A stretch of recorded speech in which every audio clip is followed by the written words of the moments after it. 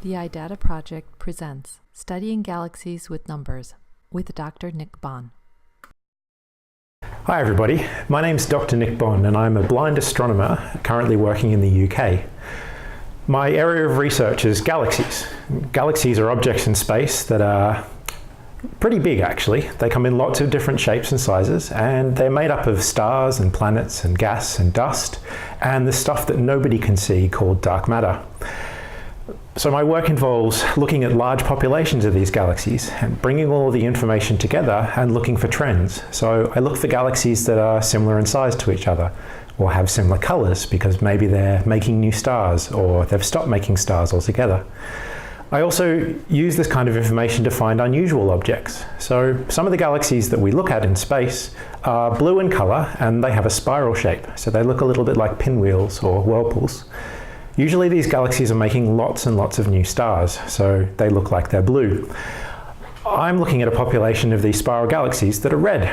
And what this tells us is that these have stopped making stars for some reason, but they still have their spiral shape. So it's a really interesting area of study. Now, when I say I'm blind, there are obviously lots of different levels of blindness. So I actually have a little bit of usable vision. As long as my face is right up against a computer screen, I can still write code and I can still sort of see astronomical images, but it's pretty difficult for me. So when I do most of my research, I take other people's observations and I use numbers from those observations. So I use numbers for masses. I use numbers that tell me what kind of galaxy I'm looking at. I use numbers that tell me how red something is or how blue something is. And that makes astronomy a little bit easier for me.